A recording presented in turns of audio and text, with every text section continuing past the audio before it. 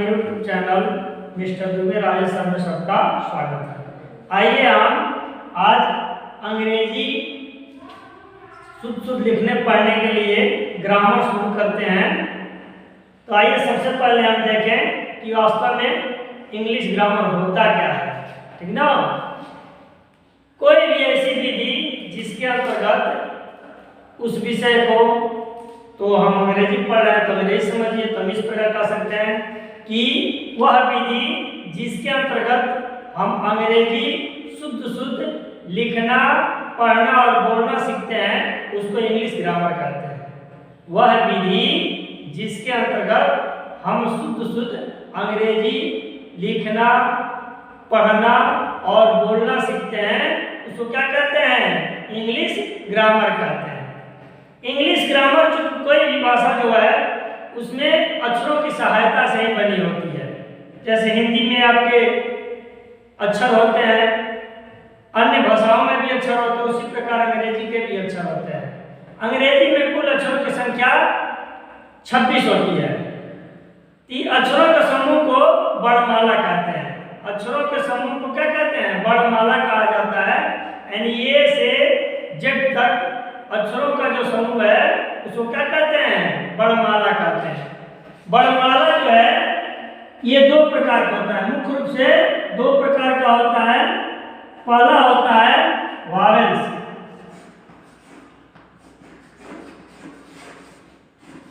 Vowels यानी इसको हिंदी में स्वर कहते हैं। आप हिंदी भाषा में पढ़ते हैं तो उसमें भी क्या होता है?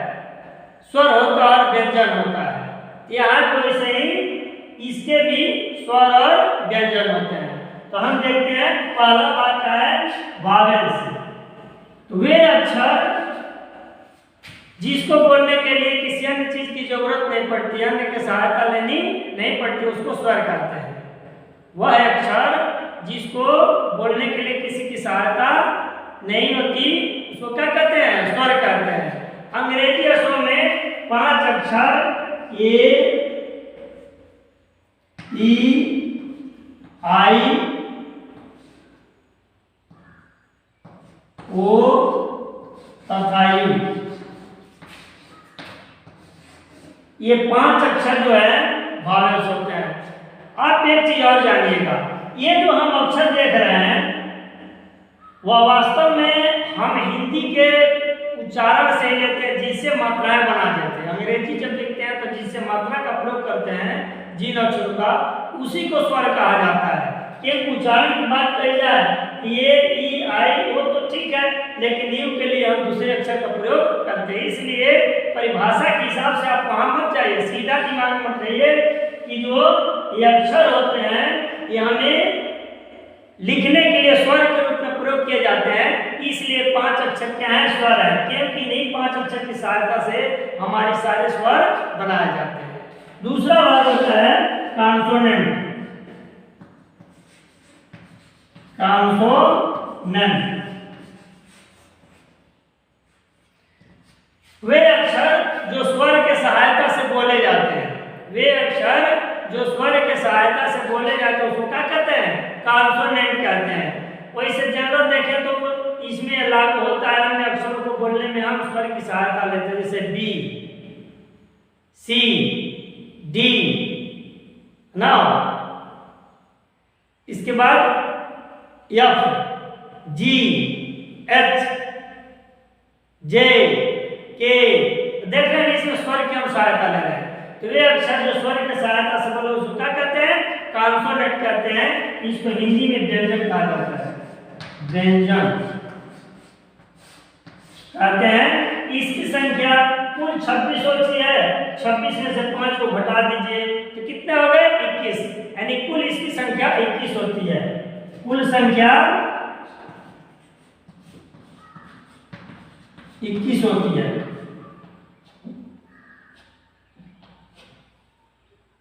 अब उसमें जो भी अंग्रेजी के अक्षर होते हैं उसमें से ये 5 को छांट दीजिए तो 20 से लेकर के, है ना, यानी इसको छोड़ने के बाद 20 से लेकर जेड तक का शेष क्या होता है? कॉन्सोनेंट होते हैं। हाँ, उसमें एक परीक्षण ले लेते हैं वाई को, वाई वास्तव में कहिए तो न तो स्वर है न कॉन्सोनेंट, उसको सेमी वॉवेल्स भी कहा जाता है। कहीं कहीं उसका प्रयोग जो कर लेते हैं सेमी वॉवेल्स यानी हम मात्रा के रूप में कर लेते हैं, इसलिए वाई एक ऐसा वॉवेल अक्षर है, वाई, इसको सेमी वॉवेल्स कहते हैं। सेमी यानी सीधे चलिए अर्ध स्वर, अर्ध स्वर कहा जाता है। यानी क्योंकि इसको निकाल दिए तो हमारे कितने हुए, शुद्ध कॉम्पोनेंट 20 हुए, अशुद्ध भावेश 5 हुए, और वाई जो है इसके बीच की कड़ी हो जाती है। आइए अब इसके बाद हम आगे बढ़ते हैं। तो हम जानते हैं कि अब जितनी भी बात हम कहते हैं शब्दों में कहते हैं, जो भी कुछ कहा जाता है शब्दों में ही कहा जाता है। तो ये सोचा जा सकता है कि शब्द क्या होते हैं, ठीक ना। तो आइए हम शब्द देखें। शब्द,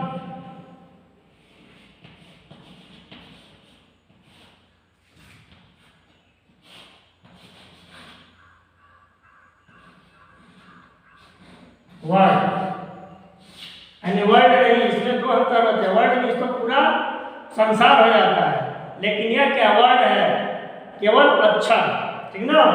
ये शब्द जो होते हैं इसकी परिभाषा भी हम लोग देख लें जब शुरू किए हैं तो, कि अंग्रेजी अक्षरों के समूह को स्वर कहते हैं। अंग्रेजी अक्षरों के समूह को क्या कहते हैं, शब्द कहते हैं। अब ये ध्यान देने की ऐसा समूह नहीं जिसका कोई अर्थ ना हो, इसलिए हम उसको इस प्रकार कहें, अंग्रेजी अक्षरों का वह समूह जिसका कोई अर्थ होता है उसको क्या कहते हैं, शब्द कहते हैं। जैसे कैट, चाहे कोई नाम ले सकते हैं, गणेश इत्यादि, ये क्या है, शब्द है, क्योंकि इसका कोई भाव प्रकट हो, इसका कोई मतलब होता है।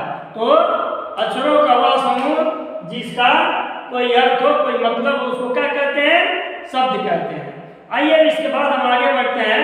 तो हम कोई बात कहते हैं तो केवल शब्द से नहीं, तब उसका हमारा दूसरा रूप हो लेता है कि शब्दों को हम इकट्ठा कर देते हैं, इकट्ठा करके एक समूह बनाकर बोलते हैं जिससे कोई तथ्य प्रकट होता है, उसको हम क्या कहते हैं, उसी को हम वाक्य कहते हैं, ठीक ना।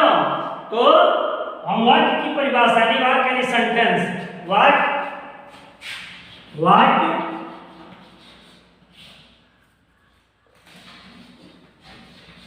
सेंटेंस,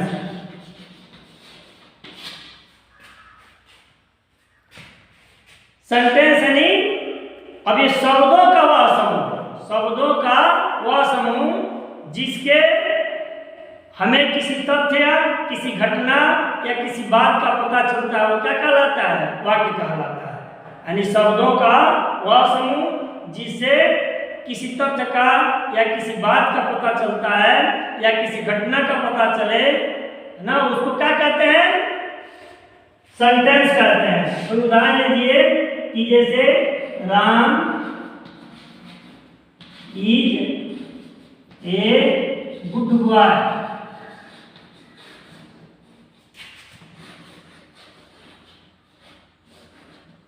यानी राम एक अच्छा लड़का है। देखिए ये Ram is a good boy, इससे कोई ना कोई भाव मिलता है, क्योंकि इससे हमें पता चल गया कि राम एक अच्छा लड़का है। तो स्पष्ट हो जाता है कि शब्दों का वह समूह जिससे किसी घटना का पता चले, किसी बात की पता चले, किसी तथ्य का पता चले, है ना, जिसको जानने के बाद हम किसी चीज के बारे में समझ सकें, वो क्या कहलाता है, वाक्य कहलाता है।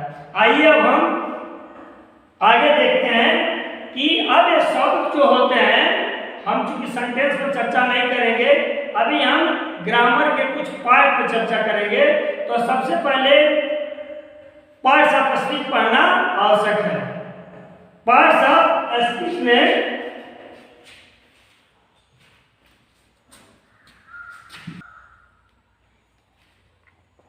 हम जानते शुरू करना है पार्ट्स ऑफ स्पीच।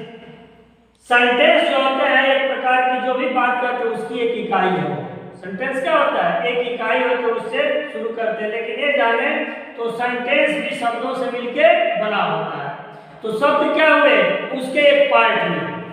यदि एक वाक्य है, सेंटेंस है, उसका भाग हो जाएगा, उसके शब्द होते हैं, इसलिए ये पार्ट कहलाते हैं। इसलिए हम क्या इसको कुल मिलाकर हम क्या पढ़ेंगे, पार्ट्स ऑफ, यानी पूरे शब्दों का समूह ले लें, उसको हम क्या कहते हैं, पार्ट्स ऑफ स्पीच कहते हैं।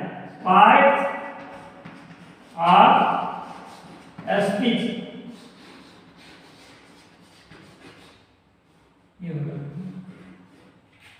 Parts of speech. Parts of speech यानी हम फिर दोबारा देख लें कि चूंकि हम अंग्रेजी में जितने भी शब्दों का प्रयोग करते हैं उसको रख रखाव की दृष्टि से, समझने की दृष्टि से उसको 8 भागों में बांटा गया है। मुख्य रूप से 8 भागों में बांटा गया है। इसी को क्या कहते हैं, पार्ट्स ऑफ स्पीच कहते हैं।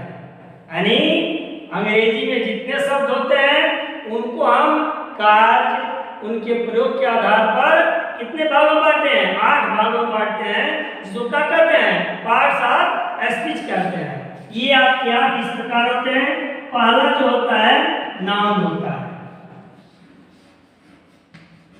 इसको हिंदी में संज्ञा कहते हैं।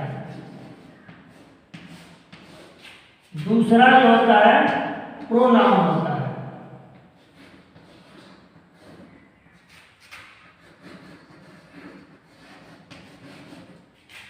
इसको अंग्रेजी में सर्वनाम कहते हैं। सर्वनाम। तीसरा जो होता है वर्ब होता है,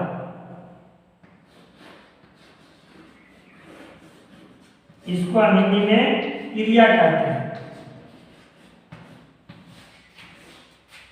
चौथा जो है एडजेक्टिव होता है, एडजेक्टिव, इसको हम विशेषण कहते हैं।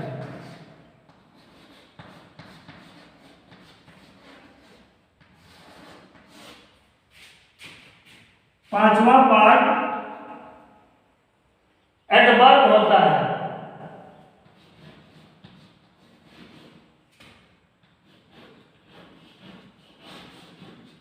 इसको हम क्रिया विशेषण कहते हैं।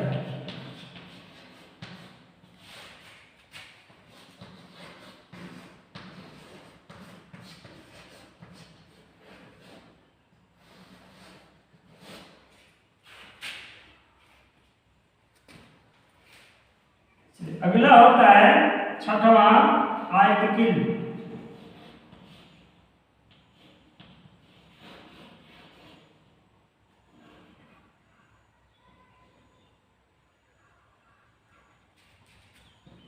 और सातवां होता है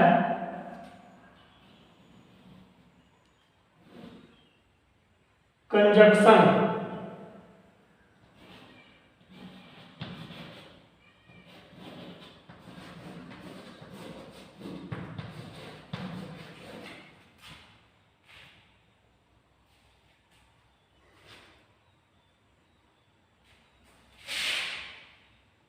आठ होता है आपका प्रीपोजिशन।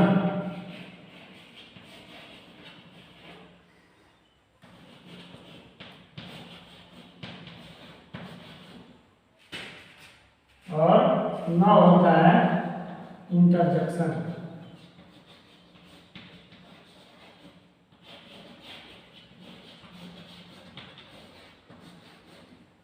यानी ये जो आपका कंजक्शन होता है,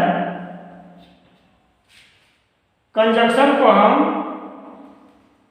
समुच्चय बोधक कहते हैं। समुच्चय बोधक अवयव कहते हैं। प्रीपोजिशन को संबंध वाचक या संबंध बोधक अवयव कहते हैं। इंटरजेक्शन को विस्मयादि बोधक कहा जाता है। और ये जो है आर्टिकल है, इसको अग्र शब्द कहा जाता है। अक्सर इसको कहीं लगाया जाता है, इसका कभी कभी कोई अर्थ भी नहीं होते, यानी इसको लगाने का आर्टिकल मतलब कोई अर्थ नहीं देता, इसलिए इसको अग्र शब्द कहते हैं, जिसका प्रयोग नहीं करते हैं। आइए हम इसको अब एक एक करके चर्चा करेंगे। आज हम सबसे पहले प्रोनाउन शुरू करते हैं।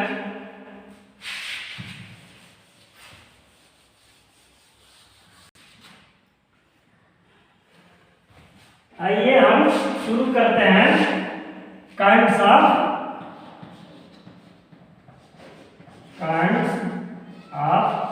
नाउन,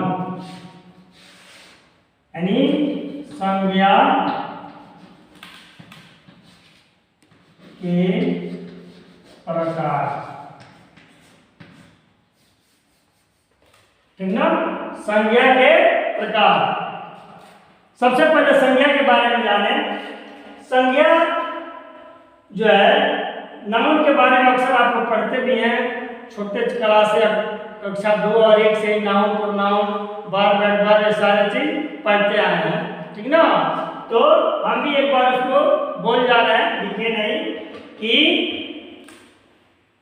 वह सब जिसके सहायता से, चाहे ऐसे भी कह सकते किसी व्यक्ति वस्तु या स्थान के नाम को क्या कहते हैं, संज्ञा कहते हैं। किसी व्यक्ति वस्तु या स्थान के नाम को क्या कहा जाता है, संज्ञा कहा जाता है। ये संज्ञा जो है 5 प्रकार की, इसको 2 ढंग से बांटते हैं, एक तो परंपरागत ढंग है और एक आधुनिक ढंग है। सबसे पहले आइए हम परंपरागत ढंग से बांटते हैं।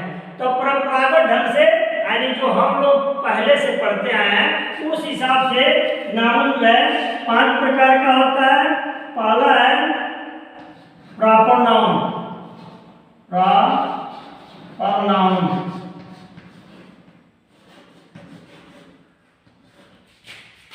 व्यक्तिवाचक संज्ञा,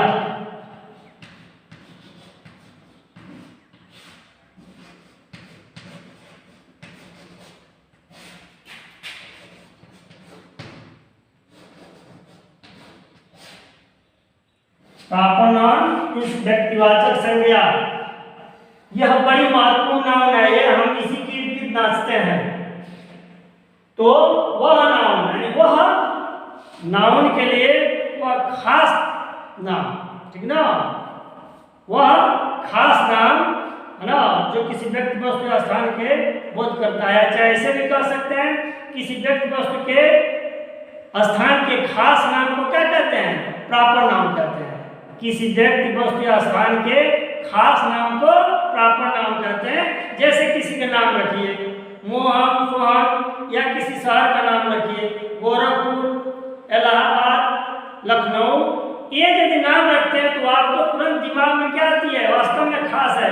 क्योंकि लखनऊ नाम रखेंगे तो आपको सीधे नजर कहाँ जाता है, लखनऊ पे जाता है। किसी व्यक्ति का नाम रखे मोहन, तो आपके दिमाग में केवल उसका पूरा फिगर आ जाता है कि मोहन किसका लड़का है या कहाँ घर है, सारे बारे में पता चल जाता है। इसलिए इसको हम क्या कहते हैं कि उसका खास नाम है।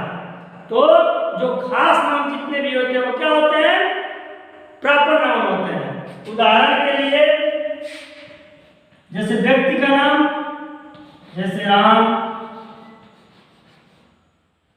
मोहन,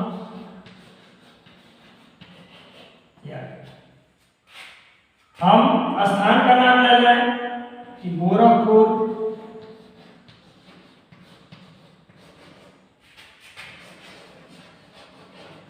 और इसी तरह से हम किसी वस्तु का नाम लें, किसी वस्तु के लिए रामायण,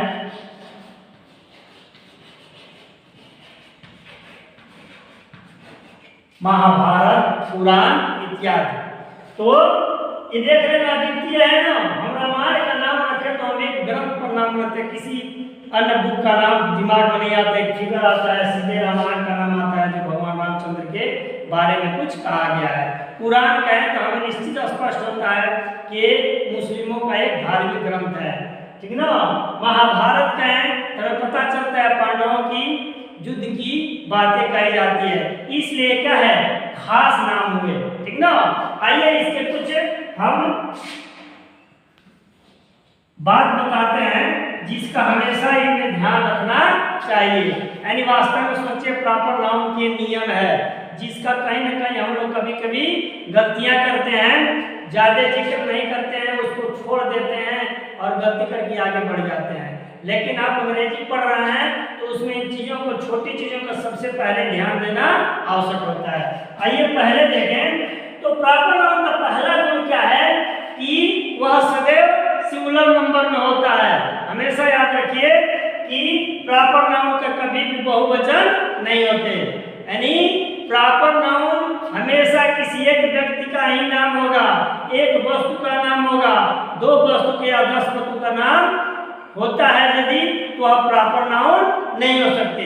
इसका प्रयोग जनरली हम अक्सर जो है सब्जेक्ट के रूप में करते हैं, ऑब्जेक्ट के रूप में भी करते हैं, लेकिन इसे केवल एक व्यक्ति का बोध होता है। अर्थात प्रॉपर नाउन का सबसे पहला गुण क्या हुआ कि इसके बहुवचन नहीं होते, ठीक ना। दूसरा इसका यानी बहुवचन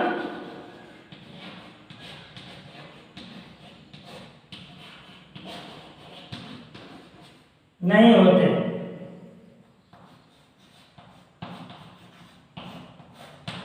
दूसरा जो गुण है जिसका अक्सर ध्यान में बहुत लोग गलतियां करते हैं कि इसका पहला अक्षर सदैव कैपिटल में लिखा जाता है। पहला अक्षर क्या होना चाहिए? सदैव कैपिटल में। कहीं भी प्रॉपर नाउन लिखिए तो पहला अक्षर कैपिटल अक्षर में लिखा जाता है। क्योंकि अंग्रेजी में जानते हैं लिखते समय आप प्रयोग करते होंगे स्मॉल लेटर और कैपिटल लेटर। तो हमें कभी भी प्रॉपर नाउन कहीं आए चाहे वाक्य के बीच में, क्योंकि अक्सर ये बताया जाता है कि कोई वाक्य शुरू किया जाए तो उसमें पहला अक्षर कैपिटल से लिखा जाता है, लेकिन यहाँ ध्यान रखिए कि वाक्य शुरू किया गया हो या कहीं बीच में प्रॉपर नाउन आया हो, उसको कभी भी क्या करते हैं? कैपिटल में, पहला अक्षर कैपिटल लेटर में लिखा जाता है। जैसे बीच में कहीं लिख रहे हैं ऑब्जेक्ट के रूप में भी आता है, यदि किसी व्यक्ति का नाम है तो उसका पहला अक्षर क्या होना चाहिए? कैपिटल होना चाहिए, यानी पहला अक्षर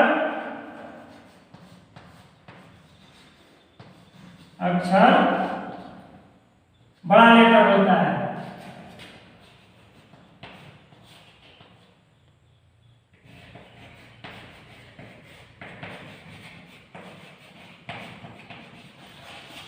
ये हमारा दूसरा नियम रहा, इसका हमेशा फॉलो करते रहना चाहिए। तीसरा इसमें एक और नियम है कि जनरली इसमें आर्टिकल का प्रयोग हम नहीं करते। कहीं भी आप प्रयोग कीजिए तो प्रॉपर नाउन के साथ कभी आर्टिकल का प्रयोग नहीं किया जाता है, लेकिन हम उससे कसम तो खाते नहीं है, है ना। कहीं कहीं विशेष परिस्थिति में हम आर्टिकल का प्रयोग कर देते हैं। जैसे गंगा है, वह द्वितीय चीज है क्योंकि संसार में अकेले है, इसलिए उसके साथ महत्व बढ़ाने के लिए दी गंगा लगा देंगे। क्या कहेंगे? दी गंगा। जैसे सूर्य है तो दी सन, क्योंकि वह संसार में अद्वितीय है। द हिमालय, क्योंकि हिमालय पर्वत अकेली है संसार में। तो ऐसे वस्तु है जो संसार में अकेला है, जिसका दोबारा कहीं जिक्र नहीं होता, उसको हम अक्सर उसके साथ हम दी का प्रयोग कर सकते हैं। नहीं तो अदरवाइज यानी इसके अलावा यानी या द्वितीय वस्तु के अलावा हम कहीं भी आर्टिकल का प्रयोग नहीं करते। आगे हम चर्चा करें, आर्टिकल में ए एंड दी तीन शब्द आते हैं, ए एंड और दी, यानी कुल मिलाकर कि प्रॉपर नाउन के साथ ए एंड दी का प्रयोग जनरली नहीं किया जाता है, लेकिन यदि उसका महत्वपूर्ण कोई चीज है, संसार में अद्वितीय है, तो उसके साथ हम दी का प्रयोग करेंगे, ए एंड का प्रयोग कर सकते हैं। वो भी ए एंड का प्रयोग बहुत कम होता है। जनरली किसका प्रयोग किया जाता है? अधिकांश करते हैं तो दी का महत्व देने के लिए प्रयोग करते हैं, तो दी का प्रयोग किया जाता है। ये आपके तीन तो इसके नियम हुए। पहला नियम था कि प्रॉपर नाउन के बहुवचन नहीं होते। पहला नियम क्या था? प्रॉपर नाउन के बहुवचन नहीं होते, अर्थात कभी भी अकेला आता है, कभी दो या दो से अधिक का बोध नहीं कराएगा।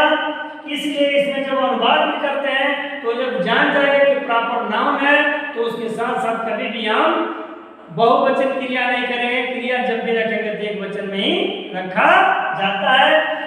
दूसरा हमने बताया कि इसका पहला अक्षर क्या होता है? लिखा जाता है, कैपिटल लेटर नहीं बड़ा अक्षर लिखा जाता है। शुरू का पहला अक्षर लिखेंगे वो बड़ा अक्षर, जैसे यहाँ लिखा गया था गोरखपुर, देखो जी क्या लिखा गया था, बड़ा अक्षर लिखा गया था। रामायण, इसका पहला अक्षर बड़ा अक्षर लिखा गया है। मोहन इसका नाम है, इसलिए इसका पहला अक्षर क्या है, कैपिटल लेटर है। यहाँ देखिए राम, ये भी क्या है, पहला अक्षर कैपिटल लेटर है। अर्थात दूसरा नियम क्या था हमारा कि प्रॉपर नाउन का पहला अक्षर अक्सर कैपिटल होता है। और तीसरा मैंने बताया कि जनरली हम प्रॉपर नाउन के साथ आर्टिकल का प्रयोग नहीं करते, यानी उसके पहले कभी आर्टिकल नहीं आता है। हाँ, एक चीज जरूर है, जो संसार में अद्वितीय है, ठीक ना, वह अकेले हैं, उसका महत्व बहुत ज्यादा है, तो उसके लिए हम दी का प्रयोग करते हैं। जैसे दी गंगा, ना, दी संग, इसलिए कि सूर्य भी क्या है, संसार में अद्वितीय हैं। इन चीजों के साथ हम दी का प्रयोग करेंगे। आइए अब हम दूसरा पार्ट देखते हैं। दूसरा जो पार्ट होता है वह होता है कॉमन नाउन। दूसरा पार्ट क्या है, कॉमन नाउन।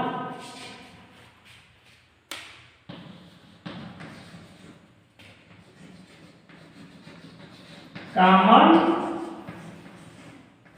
नाउन, इसको जातिवाचक संज्ञा कहते हैं। जाति वाचक संज्ञा।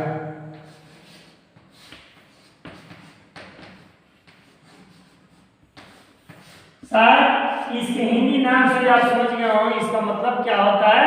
अर्थात वह नाउन या वह शब्द जिसके सहायता से एक विशेष जाति का बोध होता है, ठीक ना, उसको क्या कहते हैं, प्रॉपर कॉमन नाउन कहा जाता है। वह शब्द जिसके सहायता से किसी व्यक्ति, वस्तु या स्थान के पूरी जाति का बोध होता है, क्या कहलाता है, कॉमन नाउन कहलाता है।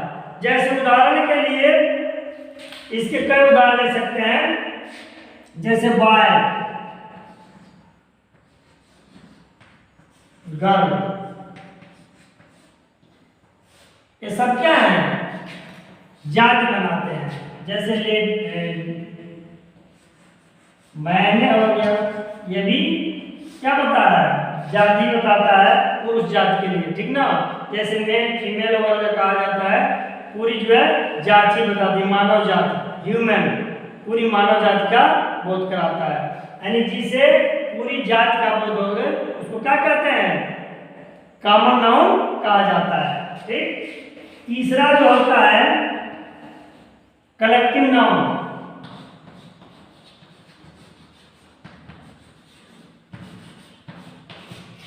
कलेक्टिव नाउन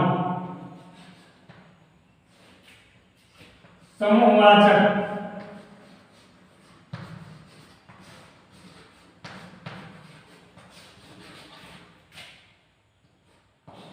संज्ञा, यानी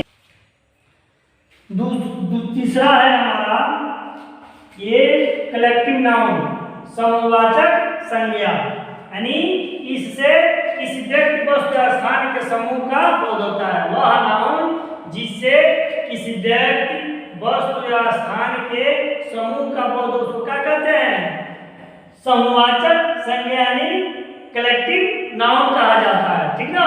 जैसे गैंग, गैंग में क्या होता है, समूह ही होता है। जैसे गैंग ऑफ रॉबर्स, यानी डाकुओं के झुंड को क्या कहा जाता है, गैंग कहा जाता है। ठीक है ना। इसी तरह क्लास, एक क्लास ऑफ स्टूडेंट्स, यानी बच्चों के समूह को क्या कहते हैं, क्लास कहते हैं। जैसे क्लास, ठीक ना। इस तरह से आर्मी, ठीक ना, army of an army of soldiers, ठीक ना, यानी सैनिकों के समूह को आर्मी कहा जाता है। तो आप सीधा समझिए कि वह नाउन जिसके सहायता से किसी व्यक्ति वस्तु या स्थान के समूह का बोध हो उसको क्या कहते हैं? समूहवाचक संज्ञा अर्थात कलेक्टिव नाउन कहा जाता है। और चौथा है एब्स्ट्रैक्ट नाउन।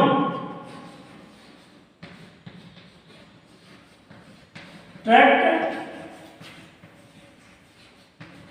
नाउन इसको हम कहते हैं भाववाचक संज्ञा। भाव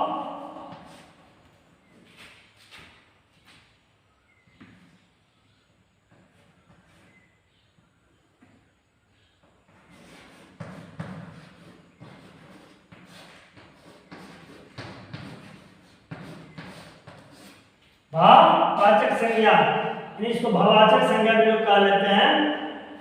एब्स्ट्रैक्ट नाउन भाववाचक संज्ञा अर्थात वह नाउन जिसके सहायता से किसी व्यक्ति वस्तु या स्थान के गुण, दोष इत्यादि का बोध होता है। यानी उसमें हम गुण देखते हैं या कोई दोष है या उसकी कोई किसी प्रकार का गुण है, वह क्या कहलाएगा? एब्स्ट्रैक्ट नाउन कहलाता है। ठीक ना? जैसे काइंडनेस,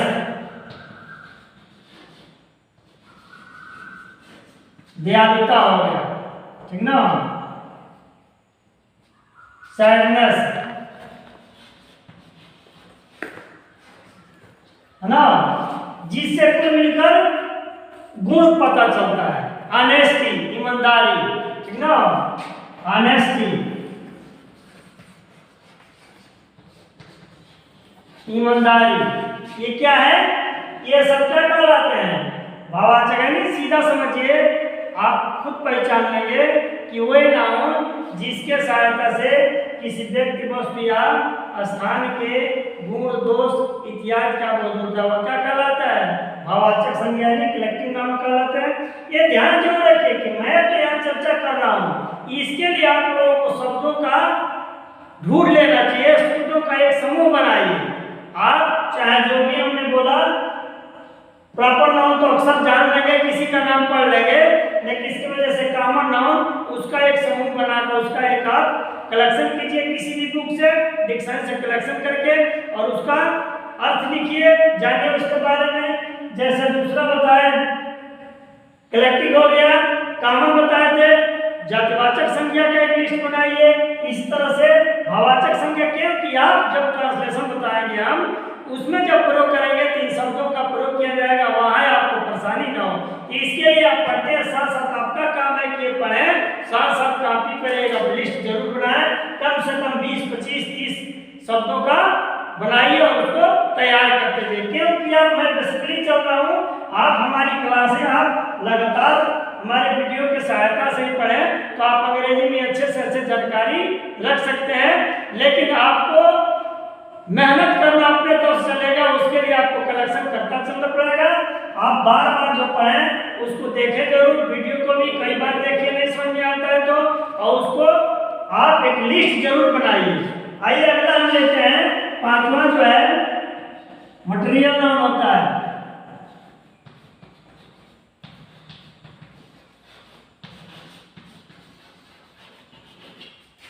पांचवा जो होता है मटेरियल नाउन यानी पदार्थवाचक संज्ञा। पदार्थ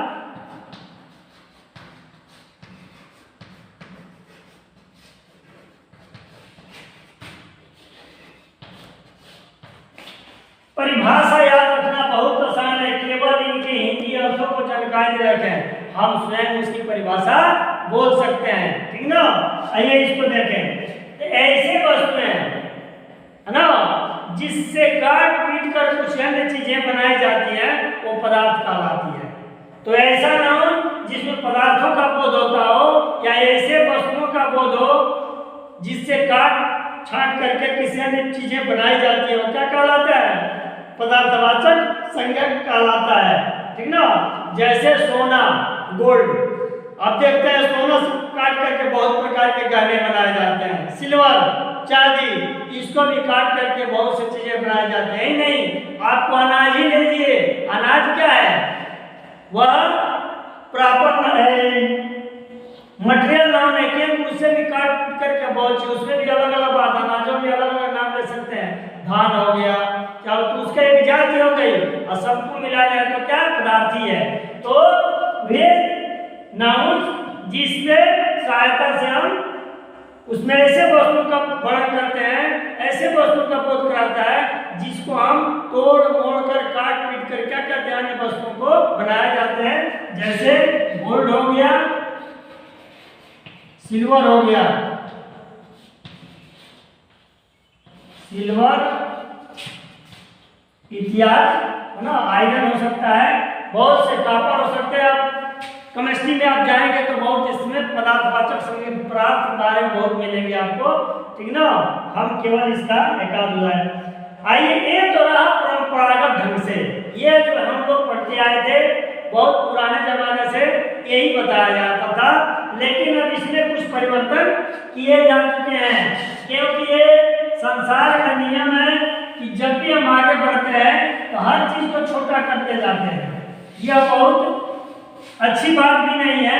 आज देखिए ना, छोटा करने की बात आता है तो आज कपड़े भी बच्चे छोटे करते जा रहे हैं, सब लोगों का कपड़ा छोटा होता जा रहा है। तो इसे हमारे अंग्रेजी को भी क्या के समझता जा रहा है, इसको हम छोटा करते जा रहे हैं ताकि याद करने में आसान हो। आइए, इसके आधार पे ये हमारे हिसाब से इसके 3 प्रकार हो जाते हैं। हम प्रॉपर नाउन को चेंज नहीं कर सकते। पहला क्या है, प्रॉपर नाउन, जिसके बारे में आपने अभी अभी चर्चा किया गया था, जिसको हम क्या कहते हैं, व्यक्तिवाचक संज्ञा। व्यक्ति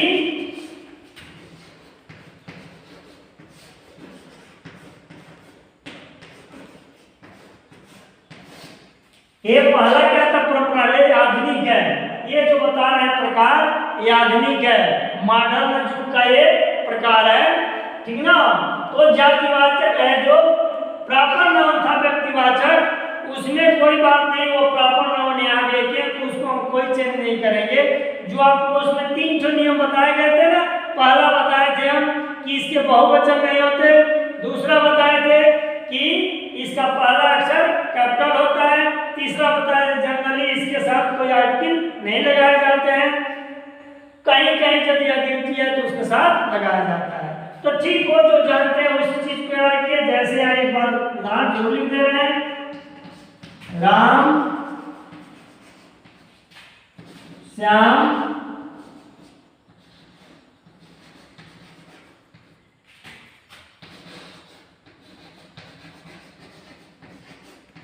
रामायण, कोई शहर का नाम ले लीजिए, इलाहाबाद,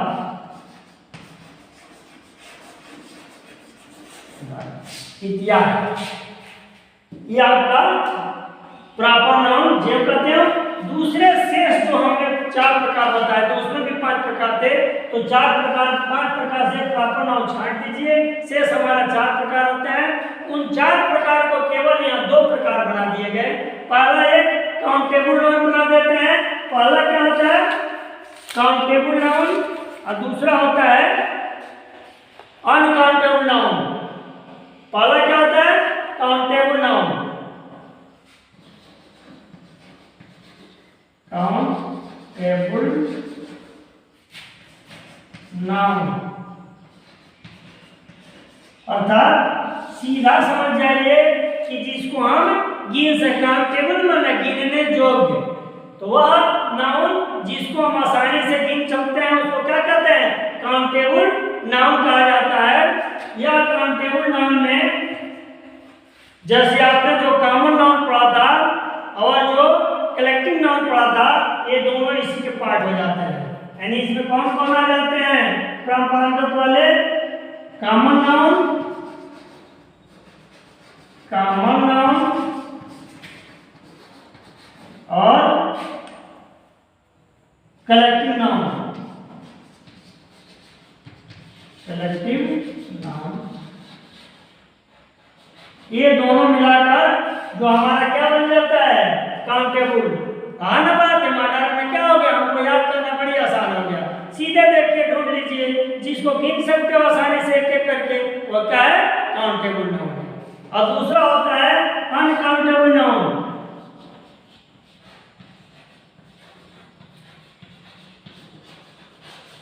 टेबल नाउन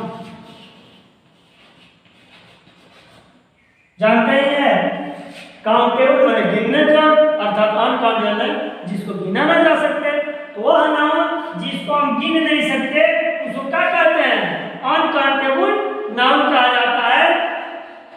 इसमें जो शेष दो भाग जो आते हैं, एब्स्ट्रैक्ट नाउन, दूसरा है मटेरियल नाउन, यानी एब्स्ट्रैक्ट नाउन, एब्स्ट्रैक्ट नाउन और मटेरियल नाउन।